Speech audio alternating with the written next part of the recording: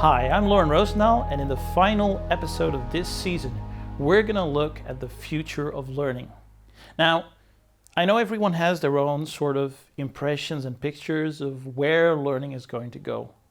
A lot of people today are thinking about truly immersive virtual reality learning experiences, even mental interfaces that may at some point, someday, transfer knowledge straight into our brains like a download. But the reality is that there is other technology which is entwined with artificial intelligence that is going to make an impact on us much, much sooner. Because today, for the first time, we're seeing the introduction of learning systems based on self-learning AI, which are capable of much more completely understanding the people who we're trying to teach. With these systems, with these self-learning systems, it's now for the first time that we're capable of measuring exactly how people are learning, what motivates them, what their retention span is like, what their capabilities are like in a particular subject, and being able to customize all the material that they get delivered based on their own unique profile, exactly, individually, and fully automatically.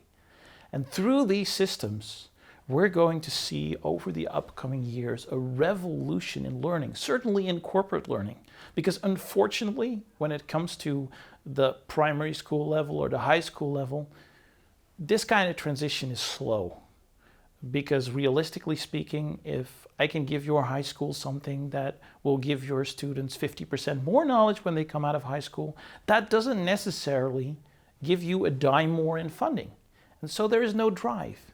But in business, where a new learning solution can actually save you 5% on productivity or save you 50% of your onboarding time, well, adoption is going really rapidly. Now, these new smart learning solutions that are coming out today, they're going to empower us to do some things which you may have never experienced before. But I can tell you, having been on the front line of the deployment of these kinds of solutions, learning is changing, and it's changing rapidly. Thanks to self-learning AI, these kind of solutions are capable of letting you know a lot of things about the knowledge in an organization and even the material that you're exposing people to that you would never be able to know otherwise. Things like, what is the exact quantity of knowledge in a particular piece of subject matter? And how long will it last? How long will this individual employee know more than 80% of this material? Because that's about the period where we feel safe about it. And how can we ensure that as he reaches towards this time where he may have lost too much of the knowledge, we make sure he gets a refresher? More so, it lets us know not just about the quantity of knowledge in our organization, but also the quality of that knowledge. So that if we're going into an organization and we're looking at a whole bunch of material that they have to learn and things that they should be aware of, we can actually measure things like misconceptions. What was the thing that before we even started teaching people about it, they should have known already, but everyone had the wrong idea about? And I've seen amazing things happen there. I mean, I've been to a situation where we were dealing with learning in a security firm, and they were teaching all of their security agents to deal with verbal aggression, which was a really big deal. And just weeks ago, they had introduced one of these e-learning courses, and they had taught everyone through the e-learning module how to deal with aggression. So when we came in, we said, well, let's check if it actually stuck. Because as we know, most of e-learning is really comprehensive reading. Sure, they understood what they read, but do they remember anything of it today? And it turns out that they didn't. Moreover, when we rolled out our system there and we started looking at what these people actually remembered and what they thought was reality versus what reality was like, we bumped into some truly shocking discoveries. For example, on one question where security guards were asked what to do if their colleague was facing a verbally aggressive individual, 36% of them, when that question was first asked of them, said, "Run away." And everyone was shocked by that because that was totally not what was supposed to happen.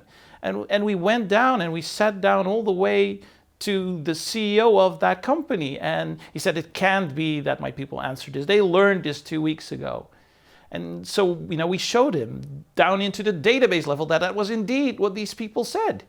And it turned out, as we then went back and looked at their e-learning material, yeah, there was a first page there that said in a big red box, if you're in any situation, just make sure to always watch out for your own safety first.